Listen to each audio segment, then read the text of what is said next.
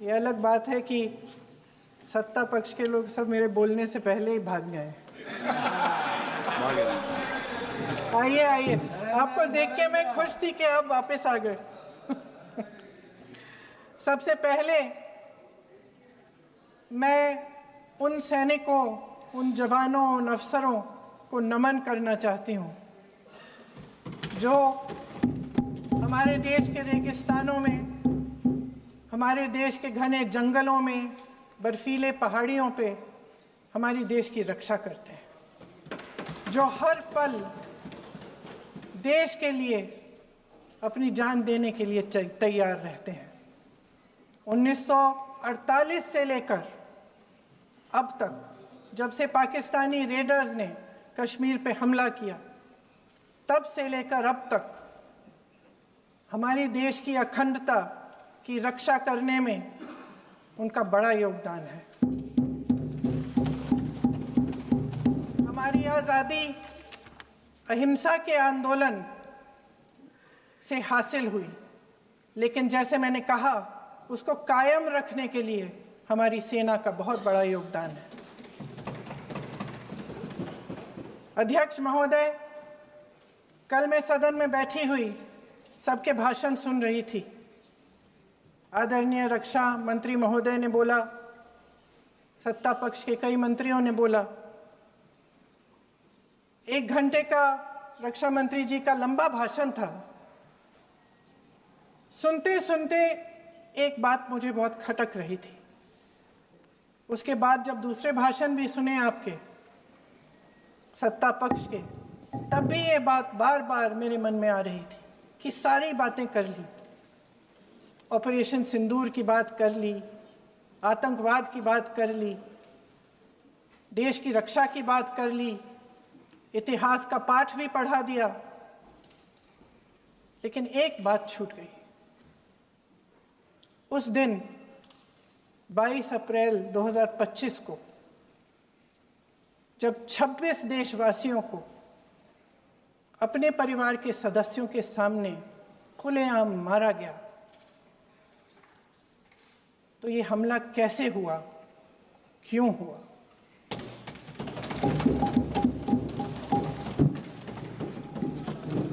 अध्यक्ष महोदय,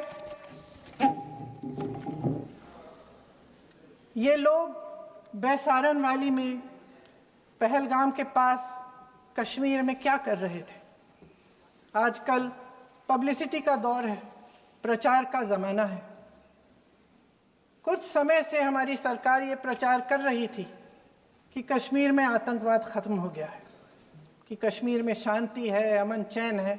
प्रधानमंत्री जी ने खूब भाषण दिए, देशवासियों को कहा कि चलिए कश्मीर चलिए, सैर करिए। कई बार मैंने ये भी देखा मीडिया पर, टीवी पर, कि कश्मीर जाइए, ज़मीन खरीदिए, अब वहाँ अमन चैन है, शांति का वातावरण है। इसी बीच शुभम द्विवेदी, एक कानपुर के नौजवान, और उनके पूरे परिवार ने तय किया कि वो कश्मीर जाएंगे। शुभम द्विवेदी की 6 महीने पहले शादी हुई थी। उसकी पत्नी ने कहा कि उनके बीच एक ऐसा रिश्ता था, प्रेम और दोस्ती का ऐसा रिश्ता था कि वो एक दूसरे को बच्चों की तरह हंसाते थे। सोशल मीडिया पर एक वीडियो भी जारी है जिसमें पूरा परिवार एक साथ बैठा हुआ ताश खेल रहा है और ऐसे हंस रहे हैं, ऐसे हंस रहे हैं कि उस वीडियो को देख के किसी का भी दिल टूट जाए कि इस परिवार को इस तरह से उजड़ने क्यों दिया हमने। 22 अप्रैल 2025 को बैसारन वैली में मौसम का मिजाज अच्छा था। जैसे हर रोज़ लगातार 1000 से 1500 लोग वहाँ पहुँचते थे, उसी तरह से उस दिन भी तमाम पर्यटक वहाँ पहुँचे। वहाँ का रास्ता आसान नहीं है अध्यक्ष महोदय जी, जंगल से जाना पड़ता है, पहाड़ों के बीच जाना पड़ता है, घोड़े से जाना पड़ता है। ये परिवार वहाँ पहुँचे, मौसम सुहाना था,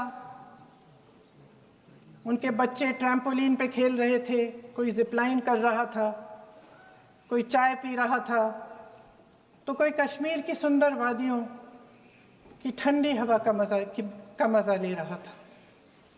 शुभम अपनी पत्नी के साथ एक स्टॉल पे खड़े थे। तभी अचानक 4 आतंकवादी जंगल में से निकलते हैं और शुभम को वहीं अपनी पत्नी के सामने मार डालते हैं।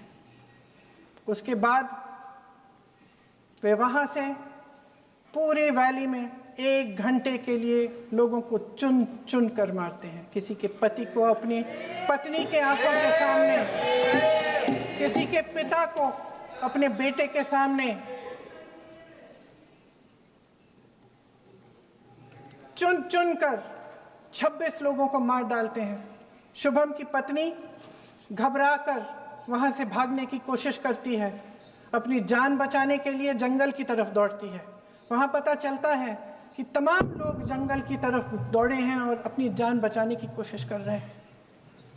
कोई अपने बेटे का हाथ पकड़ के पहाड़ों पर घसीटता हुआ जा रहा है, कोई कश्मीरी घोड़े वालों और गाइडों की मदद लेते हुए चले जा रहा है। कोई रास्ता नहीं है, कोई तरीका नहीं है, लेकिन किसी न किसी तरह से शुभम की पत्नी के शब्दों में किसी ऐसी शक्ति ने हमको बचा कर रखा कि हमें किसी न किसी तरह से हम अकेले नीचे पहुंचे। और मैं उनके लफ्ज पढ़ना चाहती हूं, क्योंकि उन्होंने कहा कि इस पूरे समय जब 1 घंटे के लिए चुन चुन कर भारतीय नागरिकों को मारा जा रहा था, इस पूरे समय उसे एक सुरक्षाकर्मी नहीं दिखा, एक सैनिक नहीं दिखा।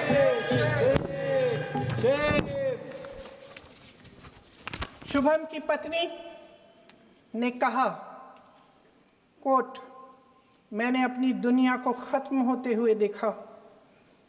अपनी आंखों के सामने एक सिक्योरिटी गार्ड नहीं था।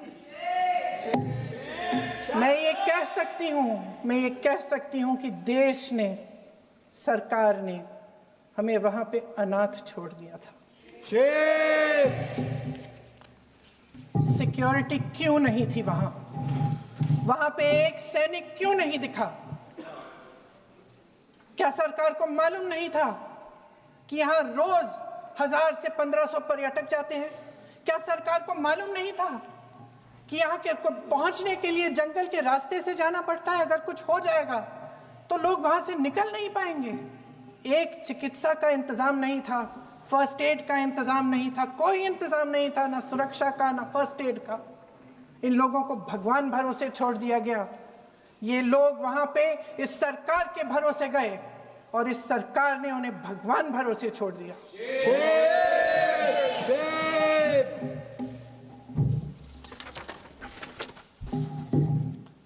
मैं पूछना चाहती हूं, ये किसकी जिम्मेदारी थी? इस देश के नागरिकों की सुरक्षा की जिम्मेदारी किसकी है? क्या इस देश के प्रधानमंत्री की नहीं है? क्या इस देश के गृह मंत्री की नहीं है? क्या इस देश के रक्षा मंत्री की नहीं है? क्या एनएसए की नहीं है?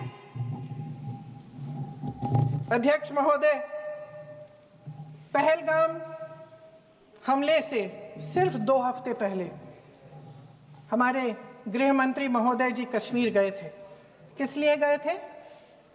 जो सुरक्षा की व्यवस्था है इसको देखने के लिए गए थे, इसको रिव्यू करने के लिए गए थे। और उन्होंने वहां कहा कि आतंकवाद पर विजय प्राप्त हुई है। ये 2 हफ्ते पहले है।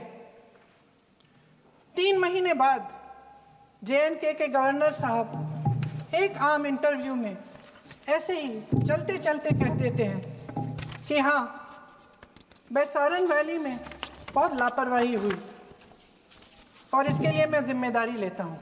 ऐसे ही चलते चलते, और वो बात होती है, खत्म भी वहां होती है और वहीं खत्म हो जाती है। उनसे जिम्मेदारी ली भी नहीं जाती, कोई सवाल नहीं उठाता, कोई जवाब नहीं देता। अध्यक्ष महोदय, उस हमले की जिम्मेदारी एक आतंकवादी गुट जिसका नाम TRF है, थोड़े दिनों बाद लेती है। कौन है ये टीआरएफ? 2019 में ये गुट बना, 2020 में इसने कश्मीर में आतंकवाद का काम शुरू कर दिया और अप्रैल 2020 से लेकर 22 अप्रैल 2025 तक इन्होंने 25 आतंकवादी हमले किए। गृह मंत्री महोदय ने जब यूपीए सरकार के समय के आतंकवादी हमले गिने तो लगभग 25 गिनवाए थे अभी अपने भाषण में। इस गुट ने कश्मीर में 25 हमले 2020 और 2025 के अंदर एक पूरी लिस्ट है इन हमलों की। मेरे पास इतना समय नहीं है इसलिए मैं एक एक को नहीं पढ़ना चाहती, लेकिन मैं इतना कहूंगी कि इनमें रियासी का हमला भी था 2024 का, जिसमें 9 लोग मारे गए और 41 लोग घायल हुए। कुल मिलाकर 2020 से लेकर 22 अप्रैल 2025 तक टीआरएफ ने 41 सेना और सुरक्षा कर्मियों की हत्या की, 27 सिविलियन की हत्या की और 54 लोगों को घायल किया था। भारत सरकार ने टीआरएफ को आतंकवादी संगठन का दर्जा कब दिया? 2020 में दिया, 2021 में दिया, 2022 में दिया, 2023 में दिया। 3 साल बाद, 3 सालों के लिए ये आतंकवादी गतिविधियां कर रहे हैं और आप इनको आतंकवादी संगठन तब कहते हैं 2023 में? इसकी क्या वजह थी? ये सब सरकार के संज्ञान में था और आप मुझे बताना चाहते हैं, सत्ता पक्ष के नेता बताना चाहते हैं कि ये सब आपके संज्ञान में था, लेकिन कोई भी एक ऐसी एजेंसी नहीं है हमारी सरकार की जिसको पता चला कि ऐसा हमला, ऐसा भयानक हमला होने जा रहा है हमारे देश में, कि पाकिस्तान में बैठे हुए इस हमले की योजना बन रही है कि हम भारत जाके हैवानियत करेंगे, 26 लोगों को मार डालेंगे और हमें पता ही नहीं है। क्या ये हमारी एजेंसियों की विफलता है कि नहीं है?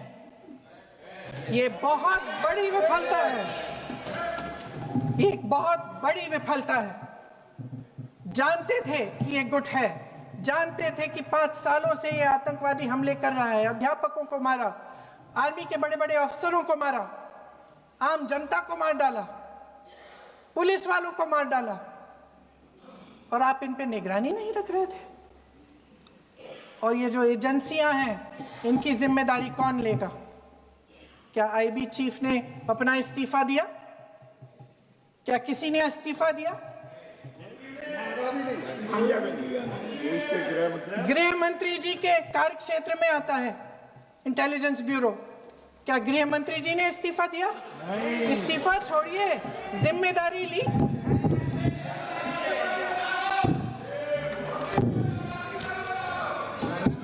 साहब देखिए, इतिहास की बात आप करिए, मैं वर्तमान की बात करना चाहती हूँ। आपको तो एक बहाना चाहिए, आपको तो एक बहाना चाहिए। पूरे परिवार का नाम गिनवा देते हैं। अरे अपनी जिम्मेदारी खुद लीजिए। 11 सालों के लिए तो सत्ता में आप हैं। नेहरू को छोड़ नहीं रहा।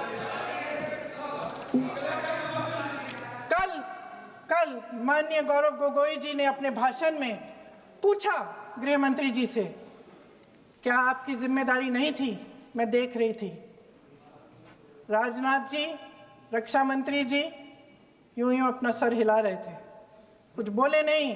अंदर से ये महसूस हुआ होगा कि यहाँ कुछ जिम्मेदारी थी, लेकिन माननीय गृह मंत्री महोदय जी हंस रहे थे, वे हंस रहे थे।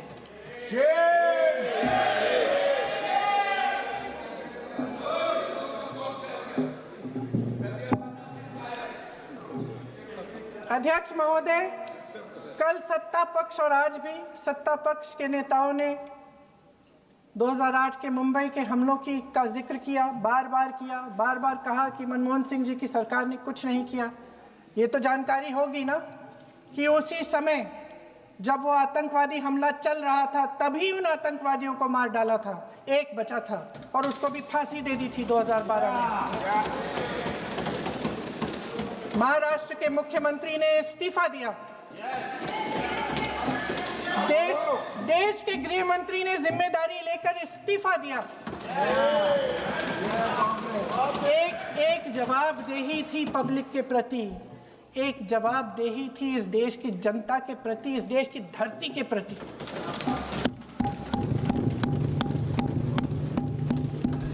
राजनाथ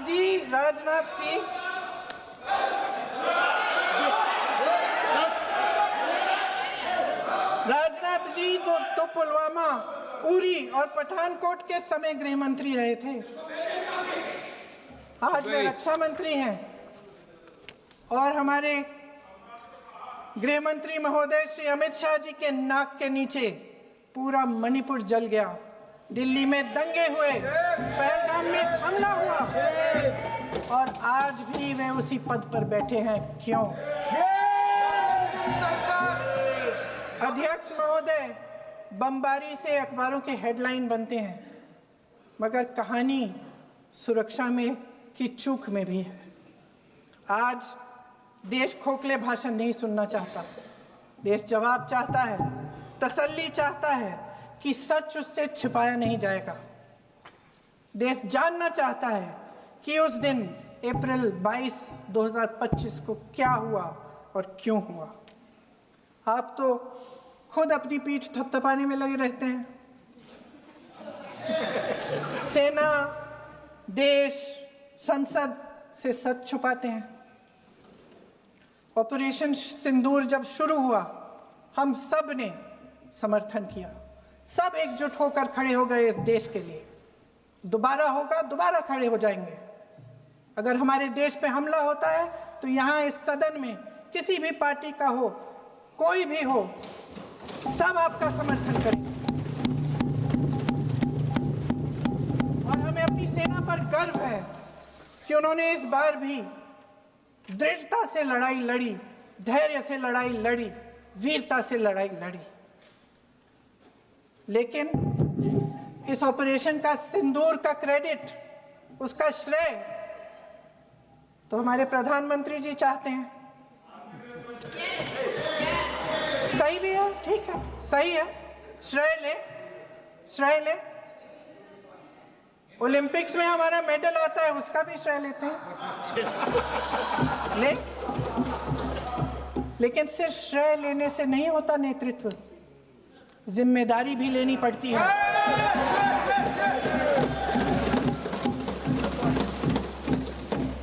देश के इतिहास में ये पहली बार हुआ, देश के इतिहास में ये पहली बार हुआ कि जंग होते होते ही रुक गई।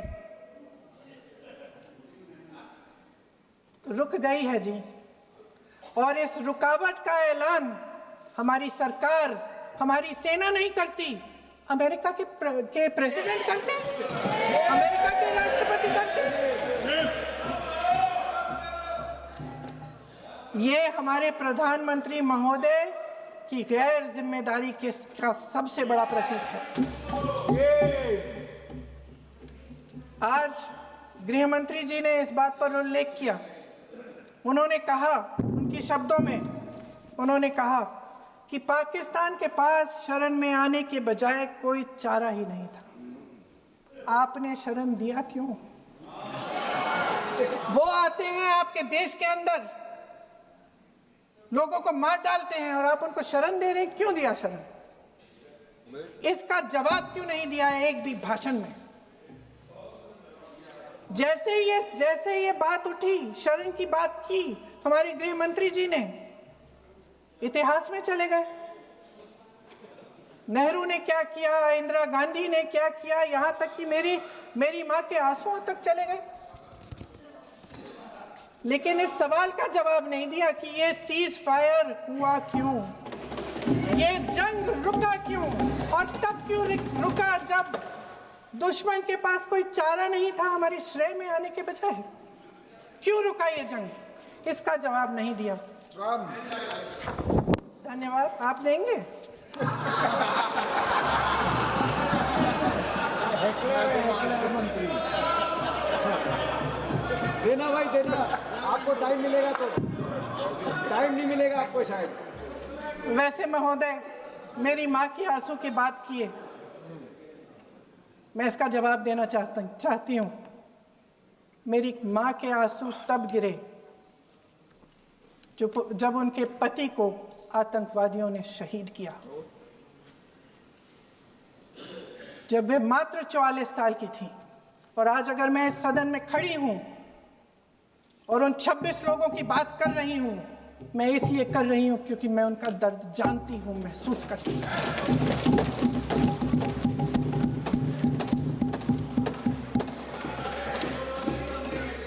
अध्यक्ष महोदय, मैंने कहा कि देश का नेतृत्व सिर्फ उपलब्धियों का श्रेय लेने से मजबूत नहीं होता। सफलता और विफलता दोनों की जिम्मेदारी लेने से बुलंद होता है। ये सोने का ताज नहीं है, कांटों का ताज है। अध्यक्ष महोदय, जब सरकार झूठी और कायर हो तो वे बहादुर से बहादुर सेना के साहस और पराक्रम को भी कमजोर कर देती है। देश को प्रतिशोध के साथ साथ सबके प्राणों की रक्षा का प्रण चाहिए। सेना की शक्ति के साथ सरकार की सच्चाई भी चाहिए। महान देशभक्त शहीद इंदिरा गांधी जी, जिन्होंने सफल कूटनीति के बल पर अमेरिका के राष्ट्रपति निक्सन का मुकाबला करके पाकिस्तान का विभाजन करवाया, बांग्लादेश बनाया, 1 लाख पाकिस्तानी सैनिकों को आत्मसमर्पण करने पर मजबूर किया, उन्होंने कभी इसका श्रेय लेने की कोशिश नहीं की। ऑपरेशन सिंदूर का मकसद अगर पाकिस्तान को सबक सिखाना था तो शायद ये मकसद अभी अधूरा है, क्योंकि हमारी कूटनीति विफल रही है। इसका प्रमाण यही है कि ऑपरेशन सिंदूर के बाद एक पाकिस्तानी जनरल, जिसके हाथ खून से रंगे थे, अमेरिका के राष्ट्रपति के साथ बैठकर लंच खा रहे थे।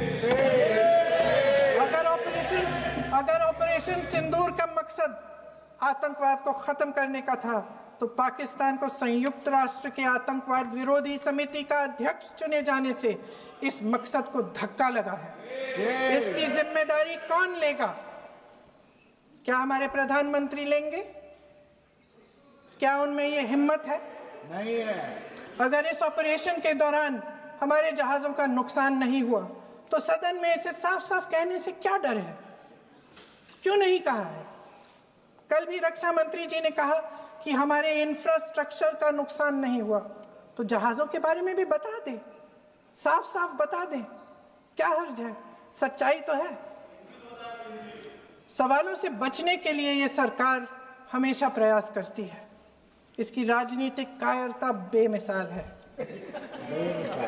देशवासियों के प्रति जवाबदेही का एहसास ही नहीं है। सच्चाई ये है कि इनके दिल में जनता के लिए कोई जगह नहीं है। सब राजनीति है, सब पीआर है, सब प्रचार है, सब पब्लिसिटी है। देश की जनता के लिए आपके हृदय में कुछ नहीं रहा। बहुत समय हो गया है आप इस प्रचार में ही लिप्त हैं, जनता को देख नहीं पा रहे हैं।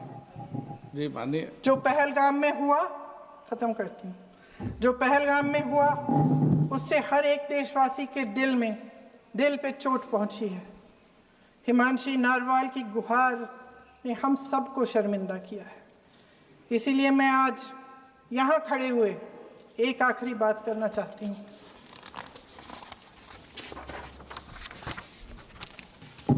इस सदन में लगभग सभी के पास सुरक्षा है, सुरक्षा की व्यवस्था है। हम जहां भी जाते हैं हमारे साथ सुरक्षा कर्मी आते हैं। आपको भी मिल जाएगी, आप मंत्री बन जाएंगे, आपको भी मिल जाएगी। मैं मजाक की बात नहीं कर रही हूँ, थोड़ा सा धैर्य रखिए। उस दिन पहलगाम में 26 परिवार उजड़ गए। 26 लोगों को अपने परिवार के सदस्य के सामने मारा गया। 26 बेटे, पति, पिता, गुजर गए। उनमें से 25 भारतीय थे।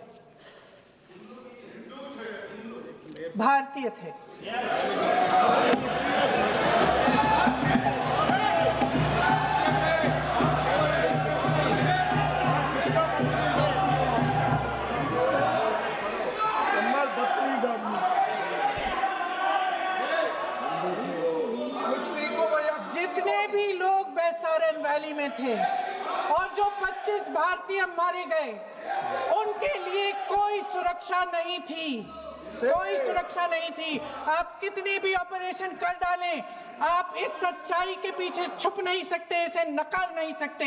आपने उनको सुरक्षित नहीं किया। कोई शर्म नहीं है, कोई शर्म नहीं है, कोई शर्म नहीं है और ना कभी होगी। सुन लीजिए, सुबह भी मैं शिव मंत्र बोल के आई हूं। इनको क्या पता शिव मंत्र क्या है? शिव मंत्र इनका खत्म कर लूं अपना भाषण। शिव मंत्र। मैं एक बार उन 25 भारतीयों के चुप रही। मैं एक बार उन 25 भारतीयों के नाम इस सदन में पढ़ना चाहती हूं, ताकि यहां बैठे हर सदस्य को यह एहसास हो कि वे भी हमारी तरह इंसान थे, किसी राजनीतिक बिसात के मोहरे नहीं थे। वे भी इस देश के बेटे थे, वे भी इस देश के शहीद हैं। उनके परिजनों के प्रति हम सब की जवाबदेही बनती है। उन्हें सच्चाई जानने का हक है। समीर गुहा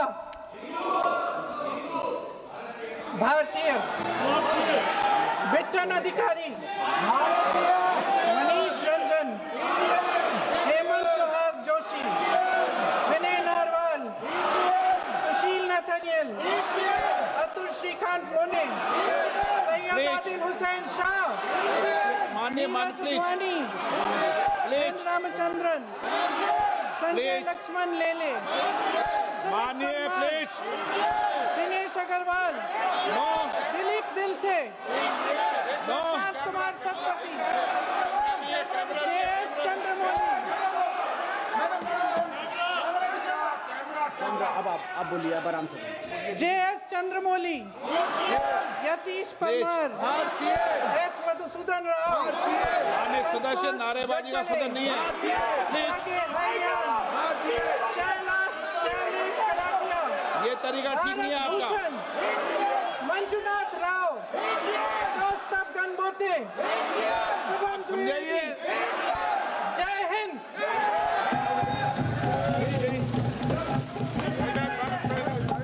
डॉक्टर श्रीकांत